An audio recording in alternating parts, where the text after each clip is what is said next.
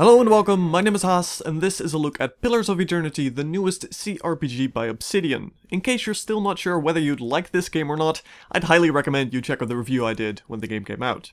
Now then, Pillars of Eternity, much like the Infinity Engine games it's so heavily based on, might not be the easiest of games to get into. Once you get into it though, it turns into a fun, challenging combat system that rewards you for good tactical choices, so with this video, I'll outline all or at least most of the mechanics that you need to know, show you a good section of the combat, and go over all the details such as which attributes to pick for which class, or how to use abilities.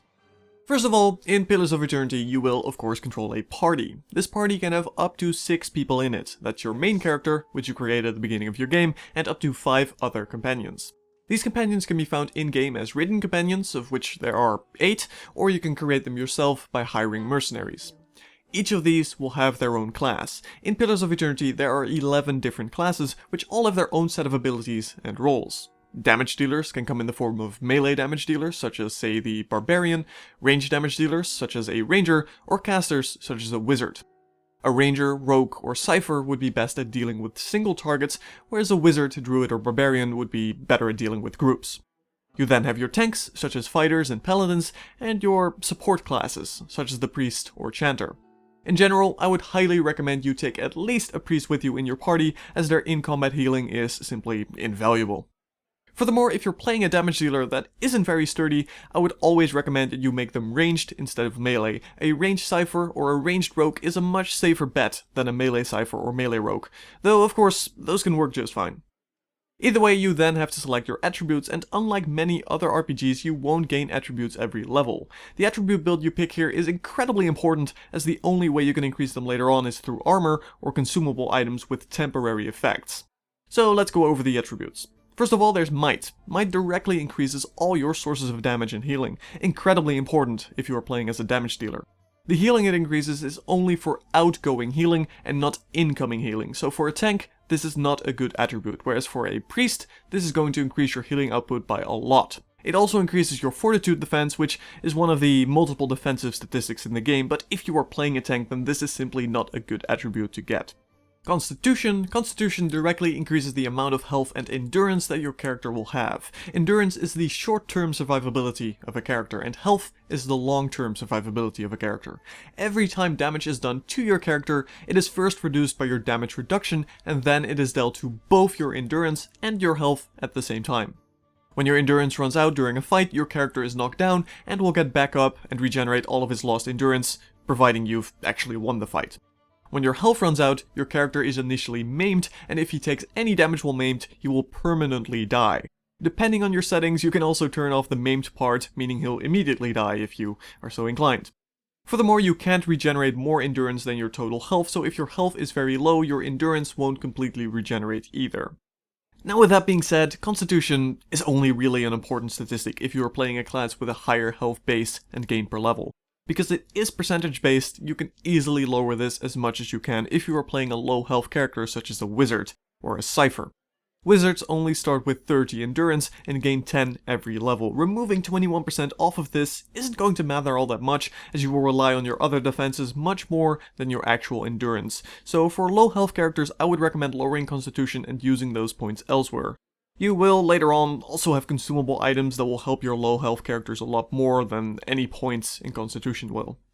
Then we have Dexterity. Dexterity is mainly a damage dealer attribute. It directly increases the speed of everything you do, called action speed. This also includes the reloading speed of a firearm, and I'll probably show that once we get into combat. But if you are playing a tank, this is not an important statistic because heavy armor is going to completely destroy your action speed as it is. So Dexterity simply isn't going to help that much in that case. Then on the flip side we have Perception. Perception is mainly a tanking attribute because it gives you Deflection and Reflex, 2 forms of defenses.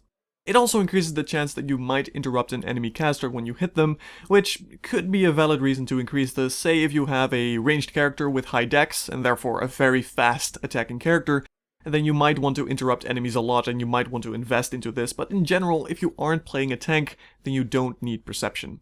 Keep in mind though, Perception does come up quite a lot in dialogue, so you might actually want to put 14 or so points into this anyway, simply to pass those dialogue checks.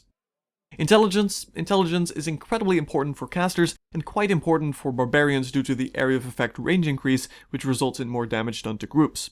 Furthermore, it increases the duration of any condition or buff you place on allies and enemies, another reason why it's so good for casters. And it increases your will defense, which is less of a factor, but still useful. It's important for damage dealers that rely on area of effect abilities such as a wizard or a druid, or you might want to increase this just to have longer conditions on enemies, which might make this a valid reason to increase it for, say, a rogue, but in general you don't want to invest into it heavily unless you are a caster, which does include priests, just to be clear. Finally, Resolve. Resolve is much like Perception, almost entirely just for tanking. It again, like Perception, comes up quite a lot in dialogue though, so you might want to put this at around 14 just for those dialogue checks, but otherwise only increase this if you are playing as a tank. Then another very important statistic here is accuracy. Accuracy is what is rolled against the appropriate defenses, which is to say deflection, fortitude, reflex or will, and it's used for all attacks, including spells. In case of a wizard, priest or druid spell, your accuracy is not based on your weapon, but rather your base accuracy, plus the accuracy that the spell indicates, plus your actual level. Take for instance a simple but glorious fireball. My wizard is level 11, his base accuracy therefore at level 11 is 50, the spell says it'll add another 10 for a total of 60, plus I'll get another 11 because I am level 11 for a 71 accuracy total. Then before we get into some actual combat, let's quickly take a look at the various skills. You level up these skills whenever you level up your character. Stealth is a pretty straightforward ability, it does what it says. You increase your stealth capabilities. It reduces the chance that you'll be seen while scouting. Athletics reduces your combat fatigue and increases your maximum fatigue. Essentially, every fight and every time you walk around, your characters will get gradually more tired until they are fatigued, which gives you a nasty debuff and gets worse the more tired they get. I would highly recommend putting at least 2, possibly even 3 points into athletics for every single character, because this takes away an incredibly huge part of the total combat fatigue that you can get. Then lore. Lore allows you to use scrolls. Scrolls are consumable items, one-time use, that cast a spell, the vast majority of them being priest, druid, or wizard spells. Then mechanics. Mechanics is a very important skill to have, at least on one character. Without one mechanics character, things will get far tougher. Mechanics allows you to, first of all, open locked doors and boxes, and secondly, it allows you to detect items and traps. Perception doesn't increase this is all based on mechanics, so it's important not just for discovering and dismantling a trap, but also for finding any other hidden items. And finally, survival increases the duration of consumable items, that is to say potions and food. Furthermore, all of these skills can also come up in dialogue from time to time. Now then, let's take a look at the combat. So here we are in beautiful Elmshore. As you can see, I haven't discovered anything up here yet, so we'll go have a look and fight some beasties over there. First of all though, my party is pretty banged up, as you can see. In fact, her endurance can't even regenerate all the way up anymore. Same with my paladin. And they also have the minor fatigue debuff. So the first thing I want to do before we get into anything is actually rest. Now on the hard difficulty, you can only have a maximum of 2 supplies. On normal, this becomes 4 supplies, and on easy, this becomes 6 supplies. So you do have to take that into consideration, otherwise you have to go back and restock on your supplies. Priests, wizards, and druids also run out of spells, and you do have to rest to get them back, except my first and second level spells. As you can see, this is because I'm level 11. At level 9, your first level spells become per encounter. At level 11, your second level spells become per encounter. This basically means that you can use them as much as you want out of combat, because I'm not in an encounter, but once you go into an encounter, they will diminish, they will run out, and then once combat ends, they will replenish. Otherwise, all your other spells, and until you're level 9, you have to rest to get them back. So first thing we're gonna do here is take a little nap. And as you can see, I now got all my spells back, my guys aren't beaten up anymore and they don't have the fatigue buff. So the next thing we're gonna do is check our formations. You can create custom formations in Pillars of Eternity, which is very nice because the initial encounter and your initial positioning tends to be one of the most crucial things in a fight. And I'll leave it at this, so now I can move around, and whenever I go into combat, even if I haven't seen the enemies, I should be in a pretty good position. So here we have some enemies. Now they haven't seen me yet because I'm stealthed, even though I didn't invest into stealth at all with this party, but the reason I did go into stealth is in case they had any traps lying around or any hidden items. I could have spotted that with my mechanics skill. Now in dungeons you do want to make sure you are stealthed whenever you go in. In forests that generally isn't much of concern. I want to be casting a Slicken on these ogre druids, but before I do so, I should probably check and see if I have any intel on these ogres. So you can open the bestiary. And in here you can see the damage reduction and other such values of every enemy you've defeated. Every time you defeat them you get a bestiary entry. You don't get experience for killing them, but you do get experience for completing the bestiary entry. So here we have the Ogre. I can see their damage reduction is 10 normally, but it's high against freeze and low against corrode. So we want to use corrode preferably. So say I want to cast Slicken, a very good level 1 wizard spell. If I hover over my allies, you can see I am going to hit them. The circle turns into this sort of pointing arrows, clover-esque symbol. That means I will hit them. If they're in the yellow area, I won't hit them. The yellow area is all because I have such a high intelligence on my character. So the area of effect increase won't hit allies, it will of course hit enemies, and preferably you want to make it so that your allies are in the yellow area and won't get hit, while your enemies are, well, still in the spell. So if you optimize this well, you can even throw like fireballs towards enemies, or as you can see this lightning will actually hit my allies, there's no yellow area with it. But you can lob like fireballs and what have you at enemies and not hit your allies. As you can see, I also can't cast any buffs pre-combat, you have to be in combat before you can do so. I do want to cast a Slicken on these Ogre Druids, so let's move forward a bit. Let's attack with everyone on this Druids. Focus fire damage is very important. Cast a Slicken on them so they'll go prone. It's an incredibly good spell. I'll cast a buff on my allies here. This increases their defenses. And I want to make sure this guy is actually using the right weapon. And I'll run forward, make sure not to run into the Slicken bit. As you can see, they're all falling prone. It looks quite hilarious, but it's very, very deadly. And as you can see, I got 1 Grace, 3 hits, and 2 crits. So the way this works, with the Grace, I got a 50. A 50 is just barely a Grace. A 51 would have been a normal hit. Anything between 16 and 50 is a Grace. Anything between 51 and 100 is a hit. Above 100 is a critical. And below 16 is a miss. So a Grace is going to do only 50% of the duration, whereas a crit would be 150% of the duration. As you can see, I also got a crit here. This is a normal hit. This 2.9, that's a normal duration. And then I got a crit right underneath it, which is 4.4 seconds, and that's because I rolled over 100. So it is your accuracy against their reflex in this case. That's specific for the Slicken spell. I got 77 accuracy, by the way, because of the Paladin buff. My Chanter here, as you can see, this is how Chanters work. You open the Prepared Chants book. He is currently casting, I believe it is the fiery shield, there we go. That's fine, that's going to give me some defenses and is going to give fire damage on all my hits, I'm fine with that. This is basically also an aura. Then I can do Mark's Prey, which is a per encounter ability, which means I get it back after this fight. And I'll cast it on this Druid, which one? Let's just do this one here, the wolf can hit that perfectly. So that's going to increase the damage of her and the wolf at the same time.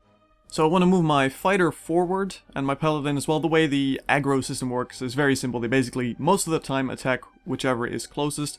I actually gotta switch my paladin's weapons here, back to a shield and a weapon, and then I'll move forwards with her, so that those ogres will go on her. Let's see what spell I can cast here. So I could cast Frost here, but they have 20 damage reduction against that, so that is not a good plan. Instead, I will cast this noxious, this Malignant Cloud, which is going to do corrode damage, which is wonderful against their only 5 damage reduction. Make sure she doesn't get hit by it. There we go, that's fine, she can go in there now as well, so they will clump around my fighter, my wolf, and my paladin. She has a couple of abilities as well, so I'll just cast Flames of Devotion, which is a starter paladin damage ability on this ogre here. Now, for some reason my ranger's forward, apparently I forgot to switch her weapons. I think that's because earlier she got mind controlled and they tend to switch weapons. So this is a good moment to talk about the engagement system. As you can see here, you can see a red and a blue line, which means they are engaged in combat. If one of them tries to move away, they will get hit by a free engagement attack. As you can see, my cursor is red now, so if I move him over here, he will get hit by a free engagement attack. That's not nice. They also don't want to move away from engagement, so I could also make this engagement line green. I have the colorblind mode on right now, which just changes the colors. As you can see, a green line, the wolf is engaged with the druid, but the druid not with me. The paladin is engaged with the ogre here as well, so they don't want to move away from my paladin and my wolf.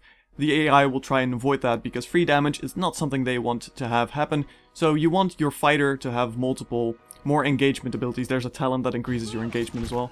I'm gonna move the wolf over here, so if he attacks now, as soon as the attack actually goes off, you can see he's flanked in the top corner over here. Flanked reduces their deflection by 10, which is very great, which means you will be doing more damage. Deflection directly affects normal hits, basically. Furthermore here, we can cast a few more spells. Well, I'll cast this Dome of Protection. This increases my defenses on all my characters. As you can see, plus 15 to all defenses, so to reflex, will, fortitude, and deflection. And then I think that's fine over there.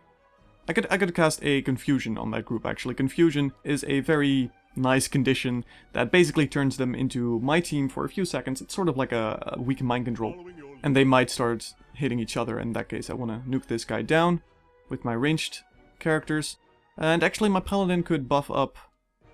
Let's see, let's buff up my ranger so she can attack quicker and do more damage. This is going to increase the attack speed by 20%, as you can see.